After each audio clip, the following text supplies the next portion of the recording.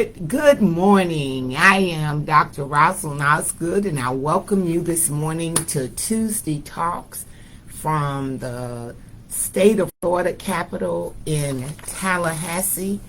I am so excited to be with you again this morning for another Tuesday Talks. On yesterday at 4 p.m., an elections bill dropped in the House of Representatives. This is a really horrible bill. More voter suppression, more rules and regulations to put barriers in place to stop us from voting. This bill is an election bill, and what this bill does is it revises the Florida election code to create a two-primary runoff system in the state, similar to what was in effect before 2006. This bill also mandates that the first primary election occurred 20 weeks before the general election, and if no candidate garners a majority of all voters cast in the first primary, a second primary election will occur 10 weeks later. So you'll have a primary election. If no candidates get the majority of the votes, which we have to go and find out what the bill sponsors meaning by majority of the votes, then you'll have another primary election 10 weeks before the actual election. This bill also requires that the Department of State to update minimum standards for nonpartisan voter education to include information about the primary election process. This bill condenses the time frame for qualifying for all elected officials, except for city officials, to one time period 71 to 60 days before the primary election. Now when you run, there's a qualifying date, and you have time to get petitions instead of paying the qualifying fee.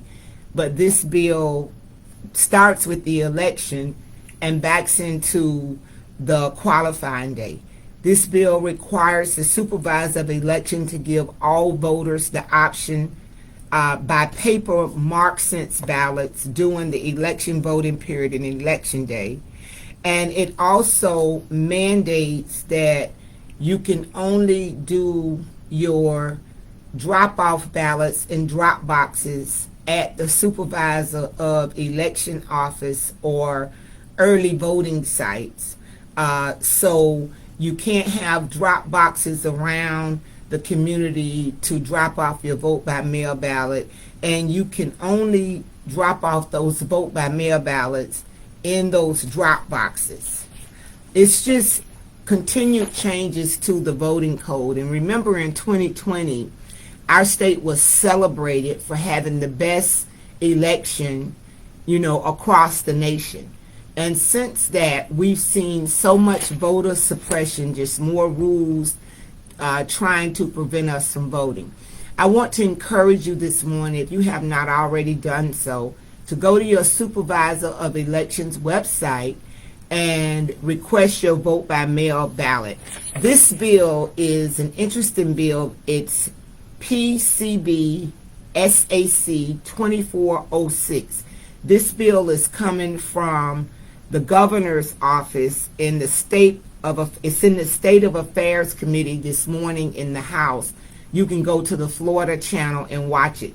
It's not a bill that came through drafting through the House and the Senate. This is something that the governor is working with his cabinet, and they dropped this bill 2 weeks before the legislative session ends, which means it's going to be rushed through the different committees in the House. I haven't seen it on the Senate yet, but this is the kind of semantics that take place in Tallahassee, and there is no need for this particular bill. It's just another direct attempt to suppress our vote. This is February. It's Black History Month. And as we celebrate Black history, we have to remember persons like John Lewis, Dr. King, Janice Dillard, A lot of those people that marched on the Edmund Pettus Bridge, they had dogs turned on them. They had water hose put on them. They were beaten. Some were even killed so that we could have the right to vote. Dr. King, in one of his most amazing speeches, said, give us the ballot. If you give us the ballot, we won't have to ask the government. Well, we have the ballot. Many of us are registered to vote. We need to use the ballot. Our vote is one of our loudest voices, and you're not going to agree with every elected official, and that's okay. But you have to go and vote. You have to take your children, your neighbors. We need all hands on deck. We see the culture wars that are taking place. We see what's happening in education to our schools. We see the large number of minorities that's incarcerated. We have issues of homelessness. Many people don't have health insurance. Those things are all tied to voting and who represents you at the table with making laws and making decisions that impact our lives. So if you don't have an urge to vote, think about the person that you love most. It could be your grandmother, your grandfather, your children. You like me, I love my children next to God more than anything. But you have to go exercise your vote for yourself and for those individuals so that we can change some of the horrible policies that keep coming forth to target certain communities. So I'm counting on you to register to vote. If you're not registered, you can go to your supervisor of elections office. It's free. You can go to your local NAACP. I'm counting on you to re-request your vote by mail ballots. Even if you want to vote in person, you'll have some options. If you have an emergency, you won't miss casting your vote because you've requested that vote by mail ballot. I'm encouraging our clergy, our interfaith clergy, to please talk to the communities that you lead and encourage them to vote. We have to push back against voter suppression and take a stand with our vote and show up to the polls and vote like we've never voted before. Voting and this upcoming election is going to either help us or hurt us. And if you choose not to vote, then you are part of the problem and the consequences that we continue to endure because we are not showing up at the polls and vote. I'm excited today. Links Day at the Capitol started on yesterday. I'm hosting the amazing women of the Southern Area Links Incorporated. Delta Days also started on Sunday. I had the opportunity of presenting a Senate proclamation to the women of Delta Sigma Theta Sorority Incorporated for their advocacy and working with Jeronica Biner, who I love so dearly, one of my favorite Deltas. I have to be careful because I know my cousin Sharon Edmonds is somewhere listening and she knows that she's my favorite Delta.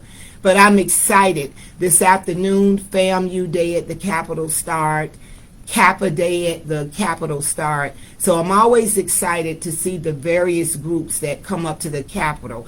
I'm hoping within the next 2 or 3 years we can have them all come collectively and we can just have a massive Pan-Atlantic civic organization day at the Capitol. And of course we always have members of the NAACP at the Capitol participating in the various activities that we have. Have a great day today. Go check out that bill, PCB 2406. It's an election bill. You can find it on the House of Representatives website, myflorida.house. And I need you to start sending emails to all of your senators, all of the members in the House of Representatives, and letting them know how you feel about voter suppression. Have a great day, and thank you for tuning in to Tuesday Talks. I'll see you again next Tuesday morning at 8 a.m. Thank you, Evan, my good friend, Evan Goldman. It's so nice to have you join us this morning. Robin, you're always with us.